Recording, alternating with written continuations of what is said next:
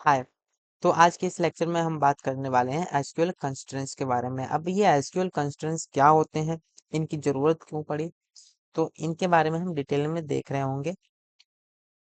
अब इस लेक्चर में हम वही कंस्ट्रेंट्स पढ़ रहे होंगे जो कि इम्पोर्टेंट हैं, जो एसक्यूएल में सबसे ज्यादा यूज होते हैं रिलेशनल डेटाबेस जब हम बना रहे होते हैं उस टाइम पे।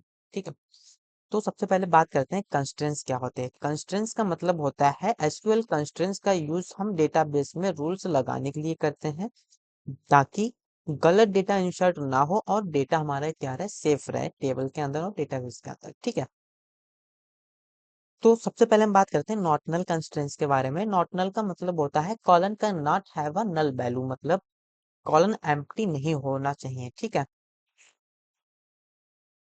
कॉलन जो हमारा है वो हमारा एम्प्टी नहीं हो सकता है। तो चलिए एक एग्जांपल के थ्रू हम समझते हैं।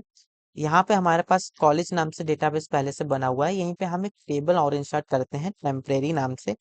तो टेबल को क्रिएट करने के लिए हम क्या लिखते हैं, क्रिएट टेबल। टेबल नेम मान लो हम क्या बना रहे हैं, टेम्परेरी नाम से। और इसके अंदर हम क्या करेंगे, कॉलम नेम डिफाइन करते हैं। मान लो हमने दे दिया आईडी। आईडी का डेटा टाइप क्या है हमारा, इंटीजर। एंड नेम, नेम हम क्या रखेंगे, वैरकर। और इसका जो साइज है वो हम रखने वाले हैं 50। इसमें हम कंस्ट्रेंट्स एक लगा रहे हैं, कंस्ट्रेंट्स का नाम क्या है, नॉट नल। ठीक है, अब हमारी टेबल क्रिएट हो जाएगी। टेबल को हमने क्रिएट कर लिया। इसके बाद हम क्या करेंगे, डेटा को इंसर्ट करेंगे। डेटा को इंसर्ट करने के लिए हमारी जो कमांड होती है वो क्या होती है, इंसर्ट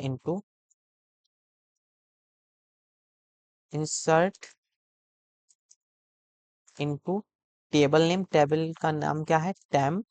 एंड देन हम लिखते हैं वैल्यूज। वैल्यूज लिखने के बाद हम क्या करते हैं, अपने डेटा को इंसर्ट करते हैं टेबल में। ठीक है, तो हम स्टूडेंट की आईडी क्या दे रहे हैं, मान लो 101। और स्टूडेंट का नाम हम क्या रख रहे हैं, रोहित मान लो रख ले रहे हैं, रोहित। इसको हम इंसर्ट करेंगे। ठीक है, अब हमने इसको इंसर्ट कर दिया, हमारा डेटा इंसर्ट हो गया। अब इस डेटा को देखने के लिए हम क्या लिखेंगे, select all from temp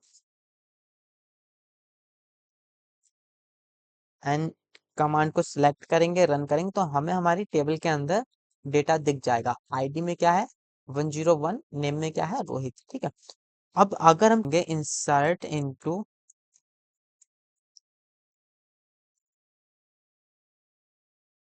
temp values, इसमें अगर हम केवल आईडी ही पास करते हैं 1, तो ये हमारा क्या है, गलत। ठीक है, तो ये हमारी कमांड रन ही नहीं होगी, हमें क्या देगी, एक एरर देगी। ठीक है, अगर मैं इसको रन करूं तो ये हमें क्या देगी, एक एरर देगी। देखो एरर, ठीक है ना। तो अब यहाँ पे हमें क्या मिल रही है, एरर मिल रही। तो हमें इसके साथ साथ में क्या नाम भी पास करना जरूरी है। अब हम बात करते हैं यूनिक कंस्ट्रेंट्स की। यूनिक कंस्ट्रेंट्स का मतलब क्या होता है, all values in a column are different. मतलब एक कॉलन के अंदर जितनी भी वैल्यू है वो क्या होनी चाहिए, अलग अलग होनी चाहिए। ठीक है, उसके अंदर डुप्लीकेट वैल्यू इंसर्ट ना हो। यूनिक का मतलब यही है। तो चलिए अब एग्जाम्पल देखते हैं। एग्जाम्पल के लिए हम क्या करेंगे, एक और टेबल क्रिएट कर ले रहे हैं, क्रिएट टेबल। टेबल का नाम हम रखने वाले हैं एसटीयू, मतलब स्टूडेंट। ठीक है, इसके अंदर हम क्या बनाने वाले हैं, नेम। नेम को हम डेटा टाइप जो है वो हमारा रहेगा वैरकर। साइज इसका 50 दे रहे हैं। और जो कंस्ट्रेंट्स है वो हमारा क्या है, यूनिक।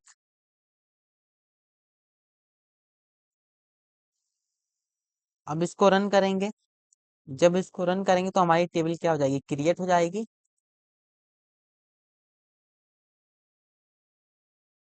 डेटा, अब इसको क्या करेंगे, क्रिएट करेंगे। क्रिएट करके हम इसको सिलेक्ट करेंगे और रन करेंगे। अब हमारी जो टेबल है वो क्रिएट हो गई। ठीक है, अब हम अपनी वैल्यू को इंसर्ट करेंगे। वैल्यू को इंसर्ट करने के लिए लिखते हैं इंसर्ट इनटू टेबल नेम एसटीयू। अब केवल हमें नेम ही देना है तो हमने नेम दे दिया रजनीश। ठीक है, इसी नेम से हम क्या करेंगे, यहाँ पे वैल्यूज पास करना है। इसी नेम से हम क्या करेंगे, एक और वैल्यू को इंसर्ट करेंगे। पहले हम इसको रन करते हैं। हमारी टेबल के अंदर रिकॉर्ड क्या हो गया, इंसर्ट हो गया। हम इसको देखेंगे तो देखने के लिए हम क्या लिखते हैं, select all from S T U. अभी अगर हम देखें तो हमारे टेबल के अंदर एक रिकॉर्ड इंसर्ट हो गया है, ठीक है। नेम हमारा क्या है, रजनीश है। अगर अब हम दूसरी कमांड को सिलेक्ट करें और रन करें तो हमारे पास क्या आ रहा है, एरर आ रहा है। एरर में क्या है, डुप्लीकेट एंट्री रजनीश फ्रॉम की S T U dot name, ठीक है। मतलब यूनिक कंस्ट्रेंट्स हमारा लगा हुआ है। तो यूनिक कंस्ट्रेंट्स का यही मतलब होता है कि एक रो, एक कॉलन के अंदर हम डुप्लीकेट वैल्यू को इंसर्ट नहीं कर सकते हैं। अब बात करते हैं प्राइमरी की। प्राइमरी की हमने प्रीवियस लेक्चर में भी देख ली है, प्राइमरी की एंड फॉरेन की। तो यहाँ पे हमारी जो प्राइमरी की है वो क्या होता है, make a column unique and not null but used only for once, ठीक है। मतलब ये इंश्योर करता है कि हमारा जो प्राइमरी की जो है टेबल के हर रिकॉर्ड को यूनिकली आइडेंटिफाई करती है। इसमें कंडीशन क्या क्या होती है, इस हर एक वैल्यू हमारी क्या होती है, यूनिक होती है, नॉट नल नहीं होना चाहिए, सिर्फ एक प्राइमरी की। अगर हमें क्या करना है, चलिए देख लेते हैं दोबारा से। हम क्या करेंगे, अपनी प्राइमरी की को बनाते हैं तो हम दोबारा से एक क्रिएट कर लेते हैं, क्रिएट टेबल। टेबल का नाम हम क्या रखने वाले हैं, ईएमपी, ठीक है। अब इसमें हम क्या रखेंगे, कंस्ट्रेंट्स लिखेंगे। मान लो ईएमपी आईडी, जो कि हमारी कैसी होने वाली है, इंटीजर टाइप की। और हम इसमें कंस्ट्रेंट्स क्या लगा दे रहे हैं, प्राइमरी, प्राइमरी की, ठीक है। नेम देंगे तो ईएमपी नेम हम रखेंगे, ईएमपी नेम। ईएमपी नेम ये हमारा कैसा होगा, बैरकायर का होगा। और इसका जो साइज है वो हम दे दे रहे हैं 50। और ठीक है ना, नहीं तो यहाँ पे चलिए अभी हम ईएमपी आईडी, और एक आपको और तरीका बताते हैं कि हम आईडी को कैसे प्राइमरी की बनाएंगे। ये हमारा क्या होगा, इंटीजर टाइप का होगा। अब एक और सिंटेक्स होता है प्राइमरी की बनाने का, तो यहाँ पे हम क्या लिखेंगे, प्राइमरी की। अब यहाँ पे हम जिस कॉलन को प्राइमरी की बनाना चाहते हैं उस कॉलन को यहाँ पे हम दे देंगे। तो यहाँ पे हमने दे दिया आईडी, ठीक है। एक तरीका हमारा ये भी होता है प्राइमरी की बनाने का, तो हमने यहाँ पे आईडी को क्या बना दिया, प्राइमरी की बना दिया, ठीक है। अब यहाँ पे हम जितने भी एम्प्लाई हैं उनकी क्या होगी, एक यूनिक आईडी होगी। सेम आईडी से दो एम्प्लाई नहीं हो सकते हैं। इंसर्ट करेंगे अपने डेटा को, ओके। यहाँ पे दिखा रहा है कि कॉलन आईडी डजंट एग्जिस्ट। यहाँ पे हमारा ईएमपी अंडर स्कोर आईडी है, तो हमें यहाँ पे लिखना पड़ेगा ईएमपी अंडर स्कोर आईडी। अब इसको हम सिलेक्ट करेंगे, सिलेक्ट करके हम क्या करेंगे, रन करेंगे, ठीक है।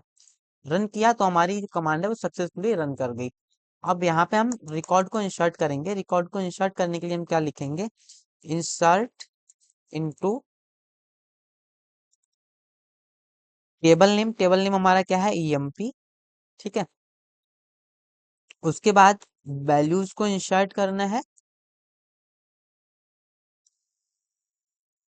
अब हम अपने डेटा को पास करेंगे। मान लो एम्प्लॉय हमारा क्या है, 101 एम्प्लॉय आईडी। उसका नाम क्या होने वाला है, नाम हम दे दे रहे हैं मान लो एडम, ठीक है। ये हो गया। अब अगर हम क्या करें, और एक एम्प्लॉय को इंसर्ट करना चाहें जिसकी आईडी सेम हो, तो 101 नेम हम क्या रखना चाह रहे हैं, विक्रम, ठीक है। अब यहाँ पे पहले हम एक ही को इंसर्ट करते हैं। हमारा इंसर्ट हो गया, ठीक है। अब हम क्या करेंगे, यहाँ पे दोबारा से अगर इस रिकॉर्ड को इंसर्ट करेंगे 101 आईडी पे कोई दूसरा एम्प्लॉय अगर हम इंसर्ट करना चाहेंगे तो हमें एक एरर मिलेगी। उससे पहले हम क्या कर रहे हैं, अपने डेटाबेस को देख लेते हैं। तो हम करेंगे सिलेक्ट एस्ट्रिच फ्रॉम ईएमपी, इसको रन करेंगे। अब हम देखेंगे कि हमारे डेटाबेस के अंदर क्या है, अभी 101 पे हमारा क्या है, एडम नाम से एम्प्लॉय है। अब हम 101 आईडी पे ही एक और एम्प्लॉय को इंसर्ट करवाना चाहते हैं, तो हमारे यहाँ पे अब क्या देगा, डुप्लीकेट एंटिटी 101 फॉर की ईएमपी प्राइमरी की। ठीक है, मतलब कह रहा है कि जो आईडी हमारा है वो क्या है, एक प्राइमरी की है जिसमें डुप्लीकेट वैल्यू अलाउ नहीं होता है। ठीक है, तो अब हम बात करते हैं, प्राइमरी की हमारा हो गया। अब क्या है, फॉरेन की।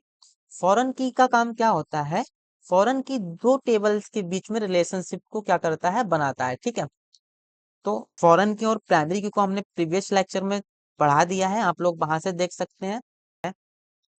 अब हम बात करते हैं डिफॉल्ट कंस्ट्रक्टर की। ठीक है, तो डिफॉल्ट कंस्ट्रक्टर का काम क्या होता है, अगर यूजर बैलेंस नहीं देगा तो डेटाबेस बाय डिफॉल्ट क्या करेगा, हमारा यहाँ पे 25,000 रुपए इंसर्ट कर देगा डेटाबेस के अंदर। ठीक है, तो चलिए अब एग्जांपल के थ्रू समझते हैं। यहाँ पे हम एक टेबल बनाते हैं, क्रिएट टेबल।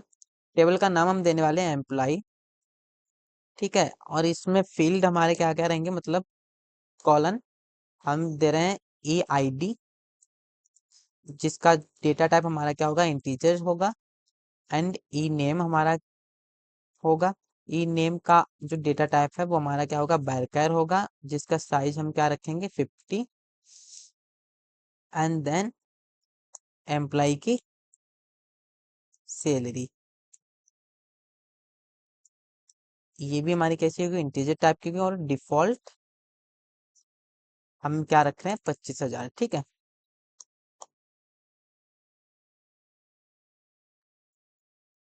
इसको रन करेंगे,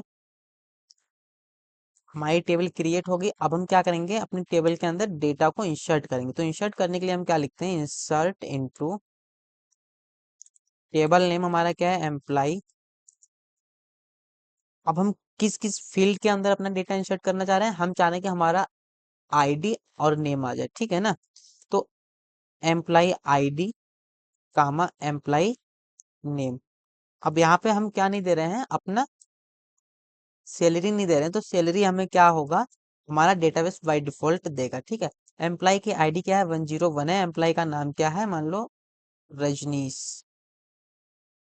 ठीक है, अब हमने यहाँ पे सैलरी नहीं दी, तो हमारा डेटाबेस क्या करेगा, सैलरी बाय डिफॉल्ट अपने आप से उसमें ऐड कर देगा। हम क्या करेंगे, रन करेंगे कमांड, हमारा कमांड सक्सेसफुली रन कर गया। अब हम अपने डेटाबेस को देखेंगे, मतलब अपने टेबल के अंदर जो भी हमने डेटा इंसर्ट किया उसको देखेंगे। तो सिलेक्ट एस्ट्रिस फ्रॉम एम्प्लॉय, यानी कि टेबल नेम। ठीक है, इसको रन करेंगे। जैसे हम इसको रन करेंगे, हमारा जो, अब देखो यहाँ पे हमने क्या क्या पास किया है, ईएमपी आईडी और एम्प्लॉय नेम। यहाँ पे हमने सैलरी पास नहीं की, तो बाय डिफॉल्ट हमारी सैलरी क्या आ गई, 25,000। ठीक है, अब हम क्या करेंगे, नेक्स्ट कंस्ट्रक्ट देखेंगे। चेक, चेक हमारा क्या है, it can limit the value allowed in a colon. ठीक है, ये क्या करता है, चेक करता है एक लिमिट को, मतलब जो भी हम इसमें हम जो भी इसमें कंस्ट्रेंट्स लगाएंगे वो क्या करेगा, चेक करेगा। ठीक है, यहाँ पे हमने क्या किया, क्रिएट टेबल सिटी नाम से हमने टेबल को क्रिएट किया, जिसकी आईडी क्या है, इंटीजर टाइप की है। प्राइमरी की कंस्ट्रेंट्स हमने यहाँ पे लगा दिया, सिटी हमारा बैरकर, जिसका साइज हमारा क्या है, 50 है। एज इंटीजर टाइप के कंस्ट्रेंट्स हमने लगाया, एज चेक। अभी एज चेक हमारा कुछ भी हो सकता है, यहाँ पे हम कुछ भी नाम दे सकते हैं। ठीक है, चेक हम क्या कर रहे हैं, age is greater than 18 and city equal to हमारे क्या है, दिल्ली। तो हम यहाँ पे क्या कर रहे हैं, हम चाह रहे हैं कि हमारे वही एम्प्लॉय चाहिए, या फिर हमें वो स्टूडेंट्स चाहिए जो, जिनकी एज क्या हो, 18 से अबव हो, और जो कहाँ से बिलोंग कर रहे हो, दिल्ली सिटी से। ठीक है, तो ये हमारा था चेक कंस्ट्रेंट्स। इसी तरीके से हमारा एक, ये भी हम जाने, तो हमने यहाँ पे एज नाम से क्या लगा दिया, कंस्ट्रेंट्स लगा दिया, जिसमें हम चेक करें कि age is greater than equal to 18, क्या हमारी जो एज है वो 18 से बड़ी है या फिर 18 के इक्वल होनी चाहिए। ठीक है, तो ये हमारे क्या थे, कंस्ट्रेंट्स थे। अब ये हमारे वो कंस्ट्रेंट्स हैं जो कि बहुत इंपॉर्टेंट है, जो डेटाबेस में बहुत ज्यादा यूज होते हैं। ठीक है, so thank you guys for watching this video.